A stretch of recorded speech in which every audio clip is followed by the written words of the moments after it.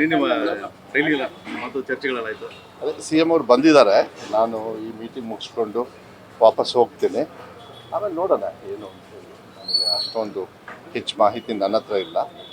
So will go and speak C M ಅವರು. ನಾಳೆ breakfast meeting ಕೂಡ ಇನ್ವೈಟ್ ಮಾಡಿದ್ದಾರೆ. ಹೌದು, ಬೆಳಗ್ಗೆ ಬ್ರೇಕ್ಫಾಸ್ಟ್ ಮೀಟಿಂಗ್ ಕರೆದಿದ್ದಾರೆ. ನಿನ್ನೆನೇ ಬಂತು. ನಿನ್ನೆ ನಮಗೆಲ್ಲರಿಗೂ ಮಾಹಿತಿ ಕೊಟ್ಟಿದ್ದಾರೆ. ಸೊ ಬ್ರೇಕ್ಫಾಸ್ಟ್ ಮೀಟಿಂಗಲ್ಲಿ ಏನೇನು ತೀರ್ಮಾನ ಆಗುತ್ತೆ ನೋಡಿಕೊಂಡು ನಿಮಗೆ ಮಾಹಿತಿನ ಕೊಡ್ಬೇಕು.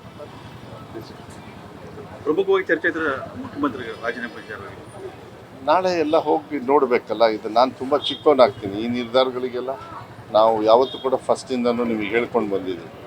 ಕೆಲವು ನಿರ್ಧಾರಗಳು ಹೈಕಮಾಂಡ್ ಏನು ತಗೊಳ್ತಾರೆ ಅದು ಅವ್ರಿಗೆ ಬಿಟ್ಟಿರೋದು. ಸೊ ನಾವು ರಾಜ್ಯ ಮಟ್ಟದಲ್ಲಿದ್ದಾಗ ನಮಗೊಂದು ಲಿಮಿಟೇಷನ್ ಇರ್ತದೆ. ಒಬ್ಬರು ಸಚಿವರಾಗಿ ನಮಗೆ ಲಿಮಿಟೇಷನ್ ಇರ್ತದೆ. ಅಷ್ಟಕ್ಕೆ ಸೀಮಿತವಾಗಿರೋದು ಒಳ್ಳೆಯದು.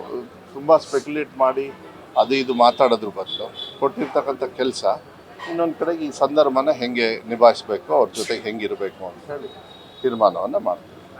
ಕಾರ್ಯಕ್ರಮ 1ನೇ ತಾರೀಕು ಮುಖ್ಯಮಂತ್ರಿ 1ನೇ ತಾರೀಕು ಅದೇ 1ನೇ ತಾರೀಕು ಕಾರ್ಯಕ್ರಮ ಎಲ್ಲ ಫಿಕ್ಸ್ ಆಗಿದೆ. ಈಗ ಈ ಡೆವಲಪ್ಮೆಂಟ್ ನೋಡಿಕೊಂಡು ಹೆಂಗೆ ಅಂತ ಹೇಳಿ ನೋಡಬೇಕಾಗತ್ತೆ. ಬಟ್ ಕಾರ್ಯಕ್ರಮ ಆಗುತ್ತೆ.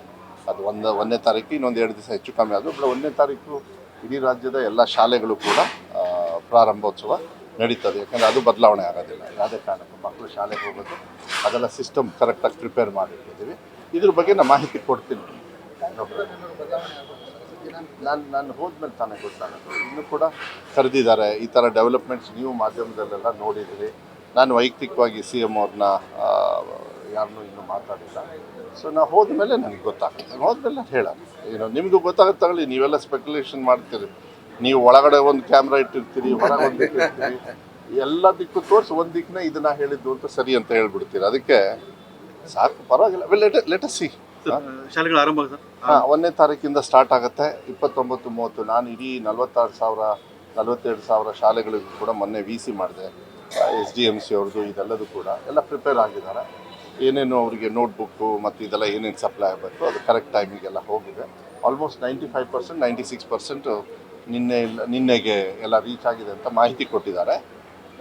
ಇನ್ನು ಉಳ್ಕಿದ್ದು ಏನಾದ್ರು ಇದ್ದರೆ, ಯಾಕೆಂದರೆ ಈ ತಿಂಗಳು ಫುಲ್ಲು ಎಲ್ಲ ಡಿಸ್ಟ್ರಿಬ್ಯೂಷನ್ನು ಅದು ನಡೀತಾ ಇರುತ್ತೆ. ಈ 1 ತಿಂಗಳಲ್ಲಿ ಎಲ್ಲ ರೀಚ್ ಆಗಿಬಿಡುತ್ತೆ. ಅವ್ರಿಗೆ ಕೊಡೋದು ಆ ಸಿಸ್ಟಮ್ ಎಲ್ಲ ಈ ಟೈಮಲ್ಲಿ ಮಾಡ್ಕೊಳ್ತಾರೆ. ಎಲ್ಲದೂ ಕೊಟ್ಟಿದ್ದಾರೆ. ಎಲ್ಲ ವಿಶೇಷ ಕಾರ್ಯಕ್ರಮ ಸರ್, ಅಂದರೆ ಮಕ್ಕಳನ್ನ ವೆಲ್ಕಮ್ ಮಾಡೋದು. ಎಲ್ಲ ಪೋಷಕರಿಗೆಲ್ಲ ಹೇಳ್ಬಿಟ್ಟಿದ್ದೀನಿ ನಾನು. ಪೋಷಕರು ಹೋಗಬೇಕು, ಗ್ರಾಮಸ್ಥರು ಹೋಗಬೇಕು, ನೀವೆಲ್ಲ ವೆಲ್ಕಮ್ ಮಾಡಬೇಕು ಅಂತೇಳಿ. ನಾವು ಅಧಿಕೃತವಾಗಿ KPSನ ಏನಿಲ್ಲಿ 1ನೇ ತಾರೀಕು ಅಂತ ಆಯಿತು ಅದು ನಾನು ಹೋದ್ಮೇಲೆ ಗೊತ್ತಾಗುತ್ತೆ. ಬಿಕಾಸ್ ಈ ಸಂದರ್ಭ ಸೃಷ್ಟಿ ಆಗಿರೋದ್ರಿಂದ ನಾನು ಅಲ್ಲಿ ಹೋಗಿ ಮಾತಾಡಿ ಆಮೇಲೆ ಬಂದು ಹೇಳಬೇಕಾಗುತ್ತೆ.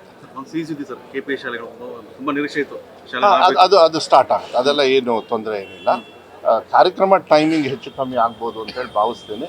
But it's a very good, ಒಳ್ಳೆ ಕಾರ್ಯಕ್ರಮ. ಸಾಮಾನ್ಯ ಜನರು ಕೂಡ ಪೋಷಕರು ರಾಜ್ಯ ಮಟ್ಟದಲ್ಲಿ ಅಪೇಕ್ಷೆಯನ್ನು ಪಡ್ತಾ ಇದ್ದಾರೆ. ಇದು ಭಾಳ ಶಿಕ್ಷಣ ಇಲಾಖೆಯಲ್ಲಿ ಭಾಳ ಹಿಸ್ಟಾರಿಕಲ್ ಅದು ನಡೀತದೆ. ಅದಕ್ಕೆಲ್ಲ ಏನು ದುಡ್ಡು ಎಲ್ಲದೂ ಕೂಡ ರೆಡಿಯಾಗಿದೆ. ಸೊ ಅದು ಕಾರ್ಯ ನಡೆಯೋದು ನಡೀತಾ ಇದೆ. ನ್ಯೂಸ್ ಫಸ್ಟ್ ನಿರ್ಭೀತಿಯಿಂದ ನಿಮ್ಮ ಪರವಾಗಿ.